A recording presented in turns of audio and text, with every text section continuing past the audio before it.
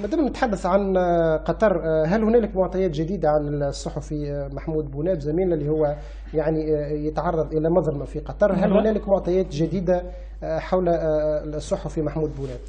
في الحقيقة احنا نتبع قضية الصحفي محمود بوناب بكل اهتمام، وفي كل القضايا اللي كانت في قطر سفارتنا كانت موجودة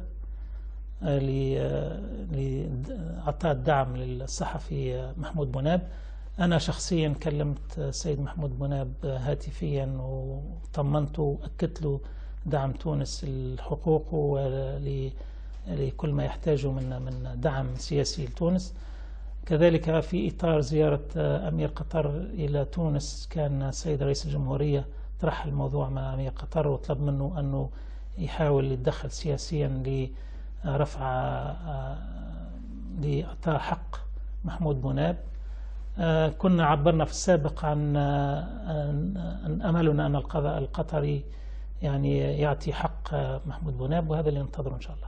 يعني ما ثماش جديد في المستوى القضية هذه، لأنه طالت ويبدو أنها متشعبة، ويبدو أنه حتى القضاء القطري أنصف محمود بوناب، ولكن للأسف الشديد الرجل مازال يعني ماهوش قاعد يتمتع بحقوقه وفي حكم المحتجز في قطر. يعني هل هنالك جديد في الناحية هذه؟ ولا الجديد كما قلت لك كونه السيد رئيس الجمهورية طلب من أمير قطر أن يتدخل سياسيا، وإحنا نأمل كونه أمير قطر يتدخل بسرعة، وحتى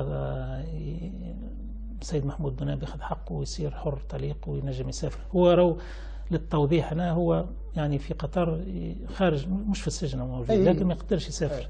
احنا من حقه كونه يقدر يسافر، من حقه كونه يكون عنده حرية التحول بين قطر أي بلد يحب يروح له. يعني أمير قطر تعهد بأنه ممكن يتم إطلاق سراحه؟ مش إطلاق سراحه يعني تعهد، بس قلت لك رئيس الجمهورية طلب من أمير قطر كونه يتدخل في الأمر هذا، وإن شاء الله يصير في القريب العاجل.